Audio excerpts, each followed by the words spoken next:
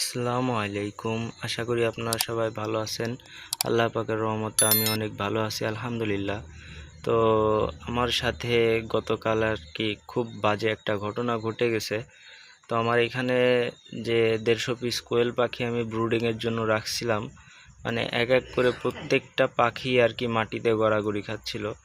তো সেই মুহূর্তে আমার ইচ্ছা ছিল না ভিডিও করার, কিন্তু ভাবলাম যে এই জিনিসটা আপনাদের সাথে শেয়ার করা যাক, যাতে আমার মতো আর কি কারোর এরকম না হয় আর কি।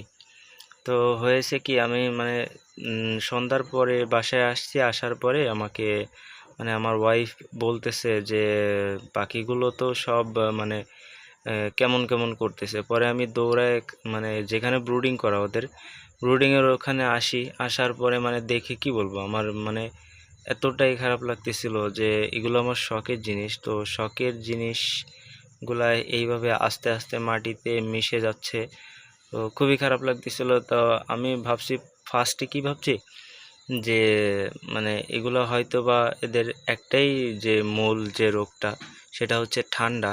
তো আমি সকালের দিকে ওদের আর কি মানে খাঁচার মুখটা আমি সাধারণত হচ্ছে কাপড় দিয়ে ঢেকে দেই, ভিতরে তাপমাত্রা যাতে বজায় থাকে। তো আমি সকালের দিকে কাপড়টা আর কি ঢেকে দেয় নাই। তো ভাবছি কি যে হয়তো বা ঠান্ডা লাগছে, ঠান্ডার কারণে সব কটার পাও পড়ে গেছে। তো মানে পাও পড়ে যাবে ঠিক আছে, কিন্তু সবগুলা মানে গলা এরকম মাথার দিকে উঁচু করে করে কেমন একটা করতেছিল। তো আমি জিজ্ঞেস করছি, তুমি কি কিছু করছো?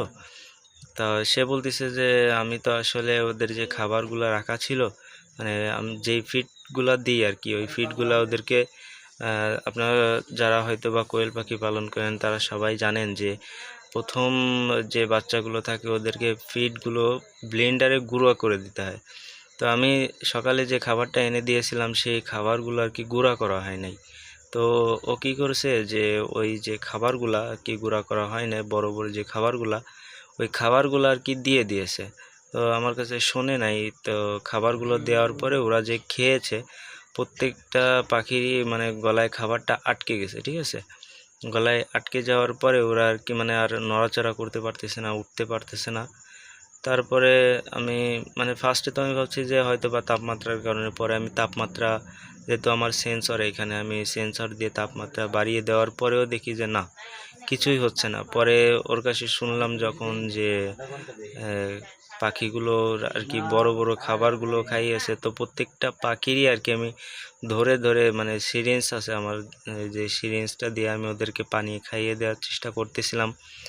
তো আলহামদুলিল্লাহ পরবর্তীতে হিট বাড়িয়ে দেওয়ার পরে, তারপর ওদের যাবতীয় যে মেডিসিন লাগে সব মেডিসিন দেওয়ার পরে, তারপরে ওদের প্রত্যেকটা পাখিকে আমি সিরিঞ্জ দিয়ে পানি খাইয়ে খাইয়ে মানে ফিডগুলো আর কি গলার ভিতরে যাতে ভিজে যায় সেই চেষ্টাই করতেছিলাম। তো এই আলহামদুলিল্লাহ এখন যে ভিডিওটা দেখছেন, ওই পাখিগুলো এখন সম্পূর্ণই সুস্থ। দুই একটা পাখি হয়তো বা একটু অসুস্থ। তো সবাই আমার জন্য দোয়া করবেন, আমার পাখির জন্য দোয়া করবেন। আসসালামু আলাইকুম।